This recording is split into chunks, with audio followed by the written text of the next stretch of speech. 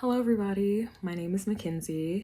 During this video, I'm just going to be talking about my first study abroad experience in Barcelona, Spain. I did this for a month from June to July of the summer 2023, and this was between my sophomore and junior year at Howard University. So I just wanted to delve into that experience because it was definitely an instrumental part of the reason why I ultimately decided to do my master's in Japan.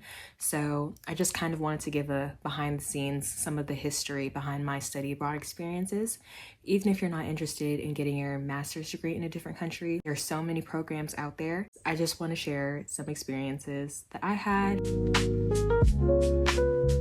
So when you first make the decision that you want to study abroad, there are 4 things that you want to keep in mind. First, where do you want to go? Second, what do you want to do?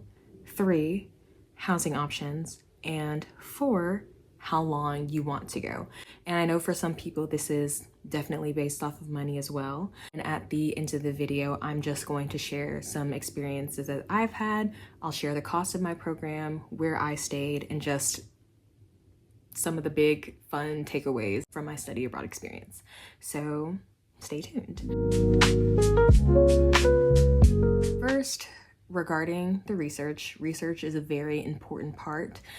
It took me about 9 months to really nail down everything. That's from first having the idea that I wanted to study abroad to actually getting to study abroad. So the first thing that I had to figure out was where I wanted to go. I took Spanish in high school, and one of the reoccurring memories that I have in my 9th grade Spanish class was a picture of this building. It was La Sagrada Familia. I didn't know it at the time, but that is literally the most beautiful building I have ever seen in my entire life. It's a basilica in Barcelona. It's so gorgeous. So whenever I was thinking about places that I want to go, I was like, what is that building? Where is it? I want to go there. Lo and behold, it's in Barcelona. So that, coupled with the fact that I had only taken Spanish as a foreign language throughout high school, and it's the foreign language that I decided to take at Howard, those were the 2 main things that pushed me to go to Barcelona, Spain. So it's really not even an extreme reason, but sometimes it's just the littlest things that choose the location of your study abroad experience. So next, you need to know what you want to do. So like I mentioned before, this was a way for me to get my foreign language credit out of the way. It took care of 3 credits, so I jumped from Spanish 2 to Spanish 4. That was hard, I'm not gonna lie, but we made it through. Yeah, that was my main reason for choosing Spanish language courses, to take care of that credit. But for other people, just depending on the duration of your study abroad experience, you, again, may be able to take care of 15 credits and have those transfer over to your university. That's especially if you stay a semester.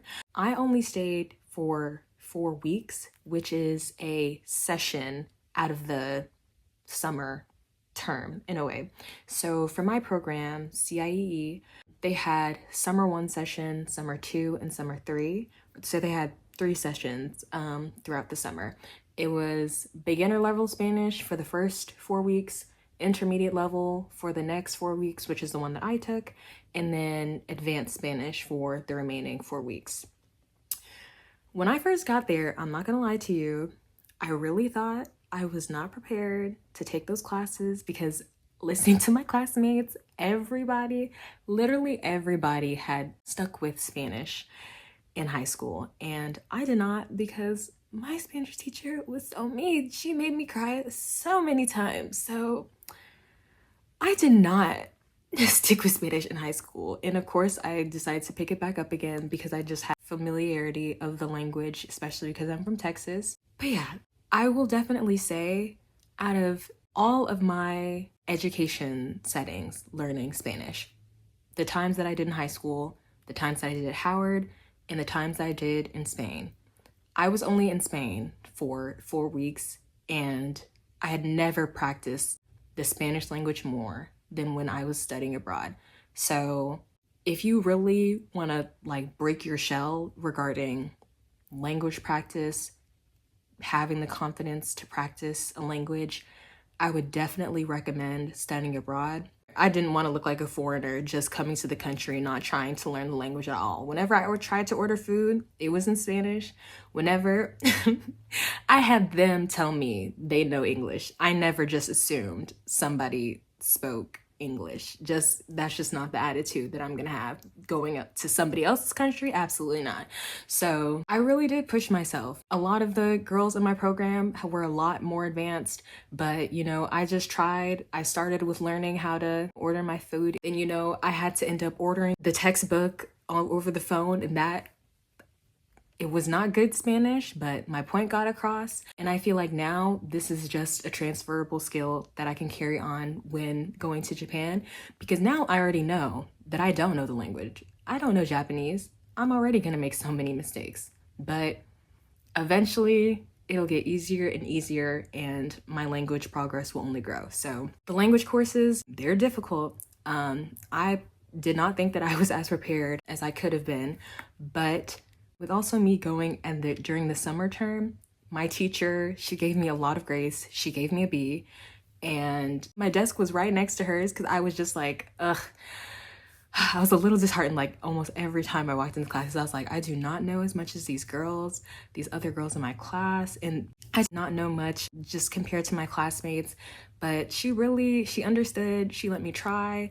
My speaking partner, Kai, he helped me out so much and was very graceful with me. So it worked out. It was rough at some parts, but nobody's gonna stop me from trying to learn Japanese from my experiences in trying to learn Spanish. And eventually I will know Spanish. So that's all I gotta say.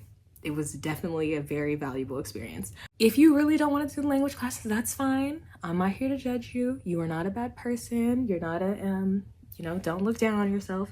But people had art history classes as well. If you already speak Spanish, you can take art history classes and just, if you want to learn more about the culture as opposed to the language, there's definitely so many classes for you to do that as well. I will say, I feel like for the summer term, there is not the heaviest emphasis on academics. I'm not sure how it is for other schools, but for Howard, all you needed to do was to get a C or above to have the credit transfer over. So I'm not saying that's how it's going to work for all schools, but for mine, that kind of did give me the grace. That's like, okay, you can have fun as well and practice the language. I would say the summer term, the academic rigor is probably not there as much compared to those who go during the semester, but I could be completely wrong because I haven't studied abroad during undergrad during a semester, so please don't quote me. So I believe in my program there were just 2 options. That was either a homestay or staying in the program affiliated apartments. And I was blessed to have a homestay. Not everybody gets to have a homestay. So that was just me and another girl from the program. But I was with Julia, with our host mom, Mercedes. Loved her so much. Such a great experience. She did not know any English, and my Spanish is not that well. So I'll admit there definitely were some times where I wish that I knew more Spanish just to be able to hold a deeper conversation, but I was definitely able to learn. She was a lawyer. I told her I wanted to be a human rights lawyer. We talked about our families, unfortunately, because of my Spanish level, I wasn't able to ask her all of the things or understand all of the things that she did in her youth, what she does during her free time, but I definitely still was able to learn more about her as a person, and she treated me very, very kind. So I'm just so grateful for that experience, and she is an amazing cook. She was an amazing cook. The first night Julia and I met her, my roommate and I met her, all she did was cook just a little salad with some tomatoes. It was just oil, salt, and pepper on it. It was delicious, and she had bread, and it was a long day. That first day we arrived, we were exhausted. In Barcelona, they don't eat literally until 9 p.m. and they were not joking. We did not eat dinner that first night that I landed in Barcelona till 9 p.m. And I was so jet lagged. It was a lot. It was a lot. But, you know, after talking to Julia, getting to know her, and then having, you know, the salad, it was so amazing. And then she goes back into the kitchen and she grabs fish, this like fried fish. Or spaghetti. I don't even remember. But regardless, she brought just a whole nother plate of food out, and we both looked at each other like, we don't want to be rude, but we're gonna have to eat it. And I do not regret it because it was so good. Everything that she cooked was delicious. But that first night, we were definitely like very, very full. We learned that she's gonna give us 2 plates, eat only half of it. She got a whole nother big piece of meat to give you after this appetizer. So if you can do a homestay, because I love food, sorry guys, but I love food. If you want a homestay, and just because I really did get to practice the language so much more, and I think that's why I was not as afraid to go out and try to order food or have to order a book on the phone from somebody who doesn't speak any English because of my homestay parent.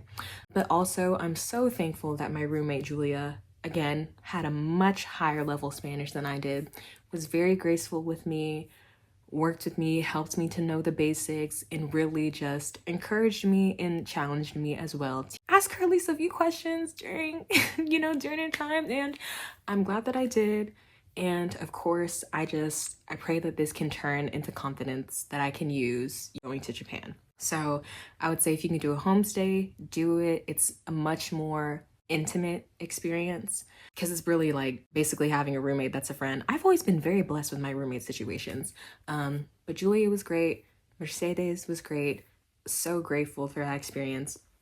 Those who stayed in apartments of the program, I will say they did have to worry more about meals, but Mercedes, she took care of breakfast and dinner. So lunch was really the only thing that I had to worry about throughout the entire duration of the program, which is very nice. Whereas other people, they may have to worry about breakfast, lunch, and dinner, which is fine. If you can afford that, most definitely. But I'm telling you, I don't know what she put in that food. Goodness gracious. That woman could cook. She could cook so well. It's actually ridiculous. I'm going to talk about how long you can study abroad for.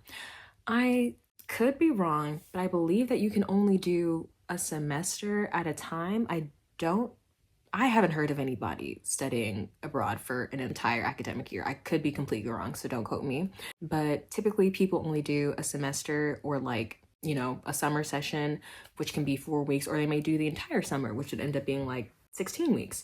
Regardless, I really do think that is heavily based on cost. So thankfully, I'm very blessed to say that my parents paid for my flight and like the cost of the program. Once I was in Spain, I took care of everything else. So just keep that in mind. Talk to your parents if they are able to pay for a flight or take care of your program cost. That's just a privilege that you get. But there are some students who may have to plan further ahead. I would say, if you don't have as much financial support from your parents, which again is perfectly fine as well.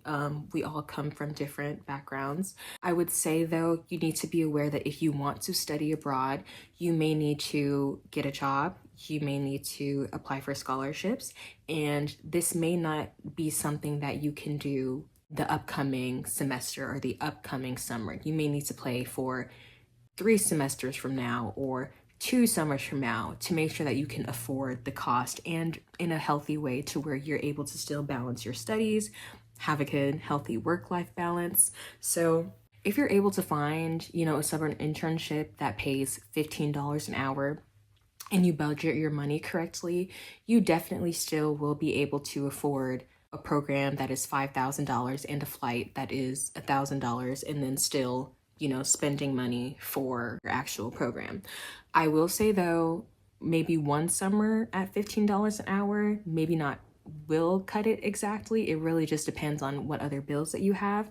So that's why I say if you don't have as much financial support from your parents, you may really want to ask your department, do you have any scholarships from study abroad?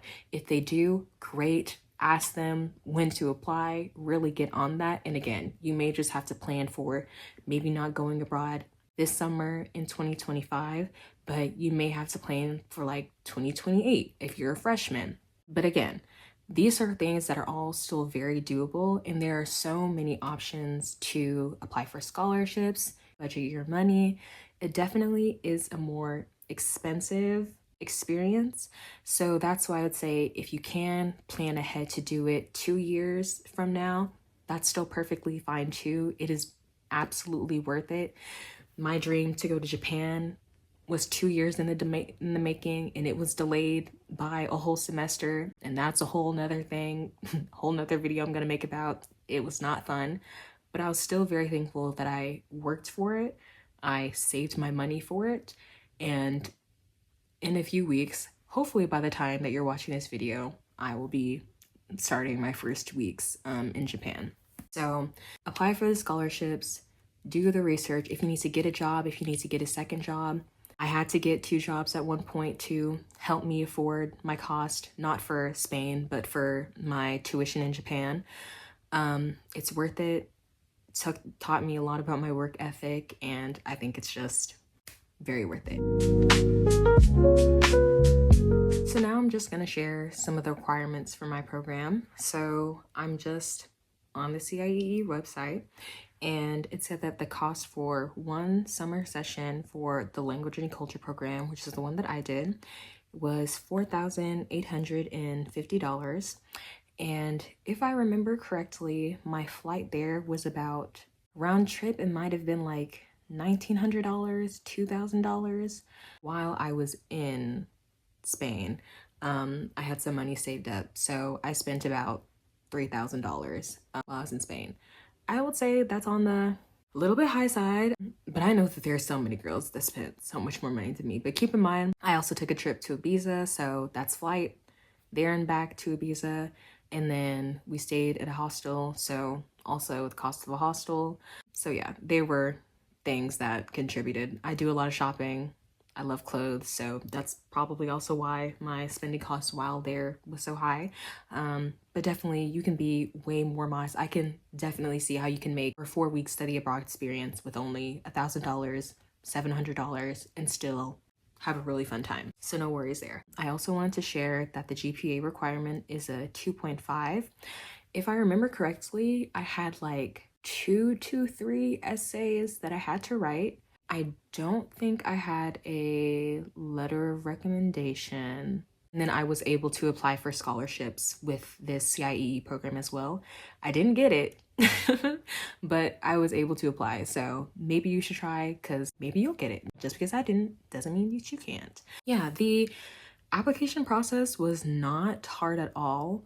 I really think that it might have taken me like a week to complete. Very easy, very self-explanatory, and they offer you a lot of support along the way. Information about flights, when you need to land, how to get the housing option you want, what those housing options look like, all of the potential costs of the program, things to know beforehand. They made it as easy as possible. Nothing like applying to my master's program, like at all. So many of these programs will make it very easy for you to study abroad. So if you have the means to do so, if you can work to get the means to do so, I think that this is a very valuable experience that anybody should try taking. So this part of the video, I just want to clear up some misconceptions about studying abroad in general, especially as a Black person. First off, I know that Spain is like deemed the most racist country to study abroad for a Black person. I personally did not experience any prejudice or racism that made me feel unwelcomed. Also, because there is a language barrier, if somebody did say anything slick under their breath, I would not have known. And I was too busy having chocolate croissants to even notice. I will say they do stare in Spain. They do stare in Spain, but I would also say if you are a woman who has lived on a college campus, or if you've ever had any period of your life where you've just experienced extreme catcalling, you will be absolutely fine in Spain. I was never catcalled in Spain, definitely stared at, and the way they stare, it's not like a casual stare. Like one time I was on the train and somebody was like, eyes open, looking at me like that, and I was just like, wow, I know that I'm the first Black person they ever saw. Which is fine, you know, if it's a curiosity thing, I really don't mind if people stare at me curiously. It's when you stare at me the other way I don't like. So if you know, you know, and if you're a woman, you probably do know. But yeah, I will say though, I did hear that another Black girl in the program, this lady was saying that like one girl is pretty because she has lighter skin and the other girl was not pretty because she had darker skin. So again, if I were in that situation, I do not have a high enough level of Spanish to understand that that was going on. I'm not even sure that the Black girl who had that said to her had, you know, the clearest Spanish speaking ability or Spanish understanding to know that that was what was being said. But people are gonna act ugly everywhere. I've had people here tell me I'm ugly because of my skin color. In the United States, in Texas, tell me that I'm ugly because of my skin color. So I personally would much rather have that said to me where I don't really understand it because of the language barrier. And still, I am choosing to do this experience to better myself, to make me more sympathetic, to just learn more and realize that the world is not Texas. The world is not just the United States. And if anybody from a different country looks down on me because of that, that is on them. Keep it pushing. But I do want to share the time that I did feel called out the most for being Black in Spain was when I was at a market with my friends, Kai and Faith, and some man just yelled, "Chocolate!" And I just turned around and, you know, what are you gonna do about that? He like smirked at me and I was just, you know, what are you gonna do? I understand the fears. I really do. I don't want anybody to treat me ill because of my skin color in a different country, but I absolutely refuse to keep that fear from helping me be a better person, learning and practicing a new language, and just challenging myself in unimaginable ways. I also want to say I met so many cool people, so many good friends that I still keep up with to this day. Beautiful experience. If you can study abroad, I really cannot stress it enough. This video does not begin to cover all of the beautiful things that I experienced while I was in Spain. I hope to share more throughout my YouTube journey, and stay tuned for the next episode as I will just be giving more insights about my journey to Japan. But thank you so much for watching. Have a great day.